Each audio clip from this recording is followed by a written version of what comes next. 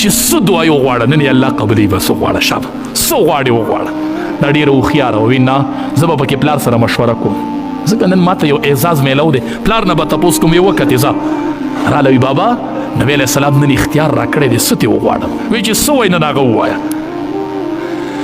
نبی ورته وایه چې کله تا د الله سره د راز خبرې شوي وي نو هغې کې راته یوه خبره وکړه د معراج په شپه ستا د راز خبرې د الله سره شي ما ته پکې یوه خبره وکړه خو وایي چې وایي کې درته نو ما ته به بیا وایي ګورئ ښه ما سره به دې دا لوځي چې ما ته به یې وایي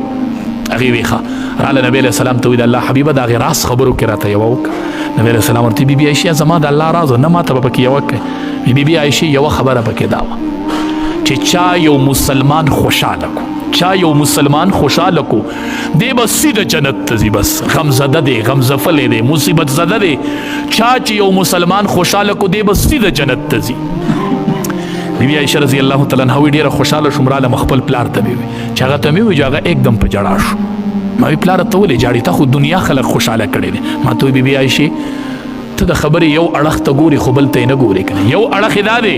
چې چا مسلمان خوشحاله کو به سیده جنت ته ځي خو بل اړخ یې دا دی چې چا مسلمان خفه کو دی به سیده جهنم ته ځي بل اړخ خو د خبرې دا دی که بل خبر خو اړخ خو د خبرې دا دی رب العالمین وی ما ګورئ الله وی ما ګورئ ما به کوم ځای ومومئ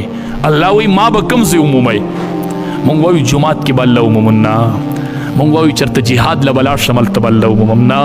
مونږ وایو چېرته تبلیغ له به لاړ شم هلته به الله نه الله وایي که ما ګورئ نو ما د غمزده او د غمزپلو خلقو سره وګورئ ما د مصیبت زده خلقو سره وګورئ ما چې دا د شپې پې کورونه راساسي ما د دغې خلقو سره وګورئ چې دا یوه ورځ روټۍ مومي او بله ورځ ما د دغې خلقو سره وګورئ چې دا بچې وفات شي او دا حادثه پې راشي ما د دغې خلقو سره ما د غمزپلو سره وګورئ ما به هلته ومومئ ما به هلته ومومئ د دواړو جهانو سردار فرمایي تله د میزان به څه شي درنوي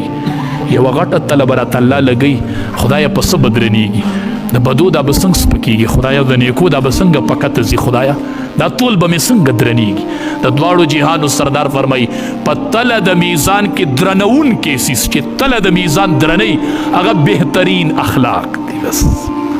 ستا تهجد منمه ستا منځ منمه خو ستا د ژبې نه خلق تکلیف کې دی دا نه منم دې ته نه یم تیار دې ته نه یم تیار تا نن په ژبې دوه خلق وجنګو لا يدخل الجنة قطات